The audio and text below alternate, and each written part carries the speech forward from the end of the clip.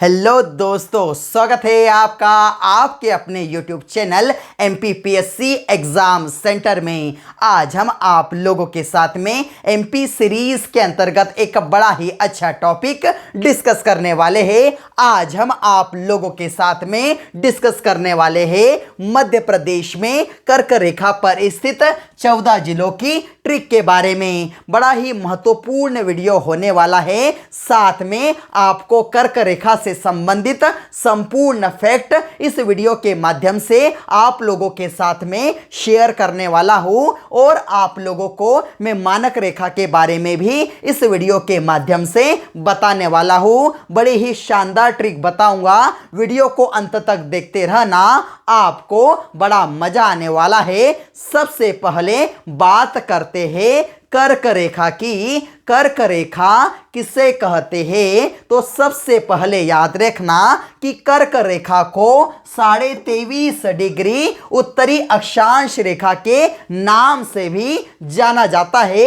अर्थात यदि हम कहें तो इस ग्लोब को देखो सबसे ऊपर की ओर, अर्थात हम जानते हैं सबसे पहले भूमध्य रेखा देखो। भूमध्य रेखा किसे कहते हैं? ऐसी रेखा जो पृथ्वी के एकदम बीचों बीच से जाए, पृथ्वी के एकदम मध्य से जाए, उसे ही कहते हैं भूमध्य रेखा।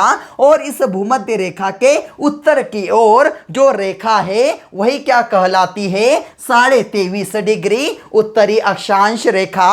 और इसी भूमध्य रेखा के दक्षिण की ओर जो 23.5 डिग्री पर है वह क्या कहलाती है? दक्षिणी अक्षांश रेखा। यह मकर रेखा कहलाती है।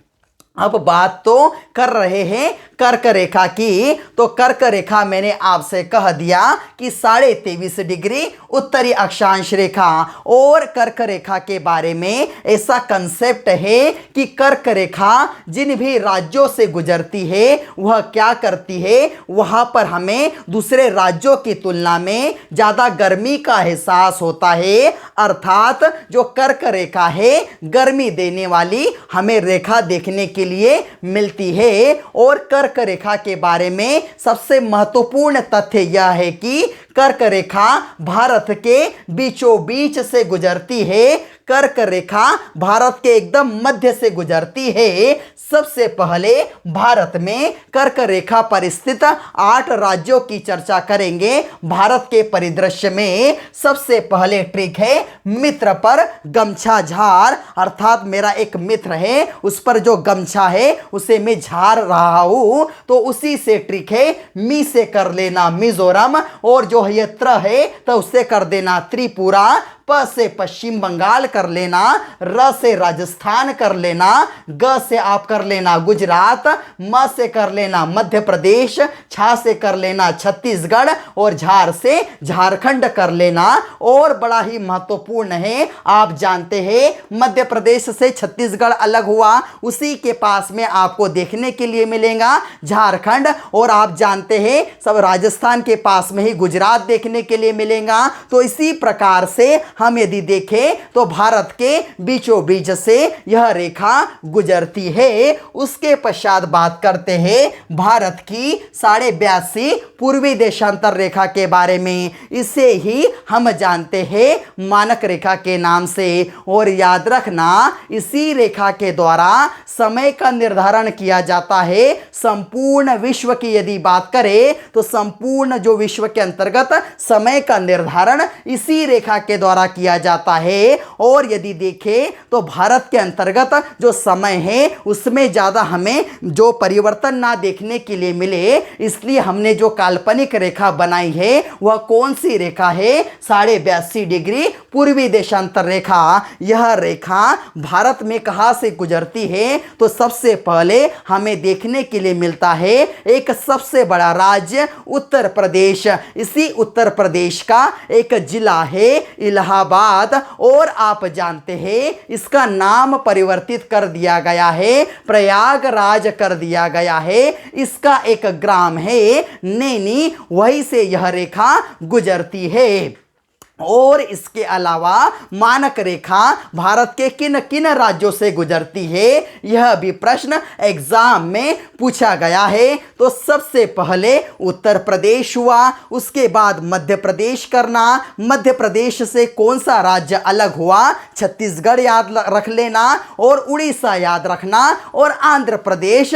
कुल 5 राज्यों से यह मानक रेखा भारत में गुजरती है। और इसी रेखा की यदि बात करेंगे मध्य प्रदेश में तो 82 डिग्री 48 मिनट पूर्वी देशांतर रेखा मध्य प्रदेश तक आते आते यह हो जाती है। अर्थात यदि देखें तो 18 मिनट का यदि हम कह सकते हैं 18 का परिवर्तन आ जाता है। मध्य प्रदेश में कहां से गुजरती है, यहां पर हमारा एक जिला है सीधी, और सीधी से कौन सा जिला अलग हुआ था, सिंगरौली। तो इसी सिंगरौली से यह मानक रेखा गुजरती है। मानक रेखा कह लो या 82.82 डिग्री 48 मिनट पूर्वी देशांतर रेखा कह लो। तो आप याद रखना यहां से क्या हुआ, मानक रेखा गुजरी तो यहां से यहां तक का जो हमारा अंतर देखने के लिए मिलता है यह है सिंगरौली, सबसे पूर्वी जिला, और सबसे पश्चिमी जिला है अलीराजपुर। इसके अंतर्गत हमें 34 मिनट का अंतर देखने के लिए मिलता है। अर्थात ऐसा कह सकते हैं कि यहां पर सूर्य भगवान सिंगरौली में 34 मिनट पहले उदय होते हैं और 34 मिनट बाद में अलीराजपुर के अंतर्गत सूर्य भगवान हमें दर्शन देते हैं। उसके पश्चात बात करते हैं मध्य प्रदेश में कर्क रेखा पर स्थित 14 जिलों की शानदार ट्रिक के बारे में। सबसे पहले एक छोटी सी कहानी सुनो, सब कुछ याद हो जाएगा। हम देखते हैं कि सबसे पहले मेरा एक दोस्त है जिसका नाम क्या है, रतन है, और वह जैन धर्म से है। और आप लोग जानते हो जो जैन धर्म के जो लोग होते हैं वो अहिंसा में विश्वास रखते हैं, हमेशा प्रभु की सेवा करते रहते हैं, प्रभु का मनन करते रहते हैं, और उनके पास में माल वगैरह की कोई कमी नहीं होती, अच्छे ही लोग कहलाते हैं, धनाढ्य लोग कहलाते हैं। तो हम कह सकते हैं कि मैंने कहा मेरा दोस्त क्या है, रतन, तो रतन से कर लो रतलाम। वह किस धर्म से है, वह जैन धर्म से है, तो आप जैन से कर लो उज्जैन। और उसके पास में क्या है, मेरे दोस्त के पास में बहुत सारा माल है, तो माल से कर लो अगर मालवा। और वह इतना अच्छा है कि सभी के लोगों पर राज करता है, तो राज से कर लो राजगढ़। और एक बात याद रखना, वह सभी से राय भी लेता है, सभी से दिशा भी लेता है, राय से कर लो रायसेन, और सभी से दिशा ली, यह विदिशा भी, वह दिशा से कर लो विदिशा।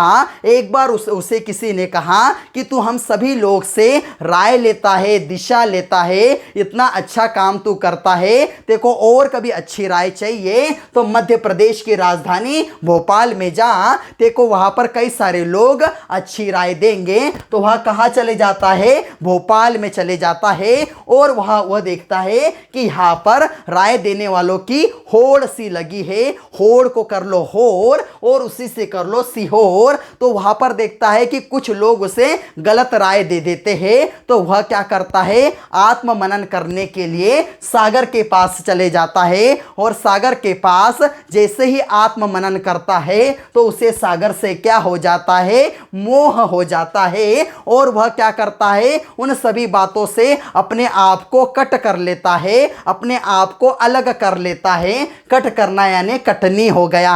और वहां पर बैठे बैठे वो अपने मन के अंतर्गत बल उत्पन्न करता है, तो बल से कर लो जबलपुर। और क्या होता है, जैसे ही उसे बल मिलता है तो वह देखता है कि उसकी उमरिया बढ़ गई है, अर्थात उमरिया, और उसको क्या हो जाता है, वही सागर के किनारे डोलने लग जाता है। डोल से कर लेना शहडोल। तो इसी प्रकार से आप इस मैप के अंतर्गत भी देख लो, एकदम बीचों बीच से, मध्य प्रदेश के बीचों बीच से यह कर्क रेखा गई हुई है। तो आप इस मैप के माध्यम से भी पढ़ सकते हैं और इन सभी बातों को याद रख सकते हैं। आप एक इसका स्क्रीनशॉट भी लेकर रख सकते हैं और अपने अच्छे नोट्स प्रिपेयर कर सकते हैं। यदि आप लोगों को हमारा यह वीडियो अच्छा लगा हो तो इस वीडियो को ज़्यादा से ज़्यादा लाइक कीजिए, अपने दोस्तों के साथ शेयर कीजिए और हाँ, सब्सक्राइब जरूर कीजिए, जिससे क्या हो सके आप लोगों को हमारी आने वाली नोटिफिकेशन प्रॉपर वे में मिल सके। जय हिंद।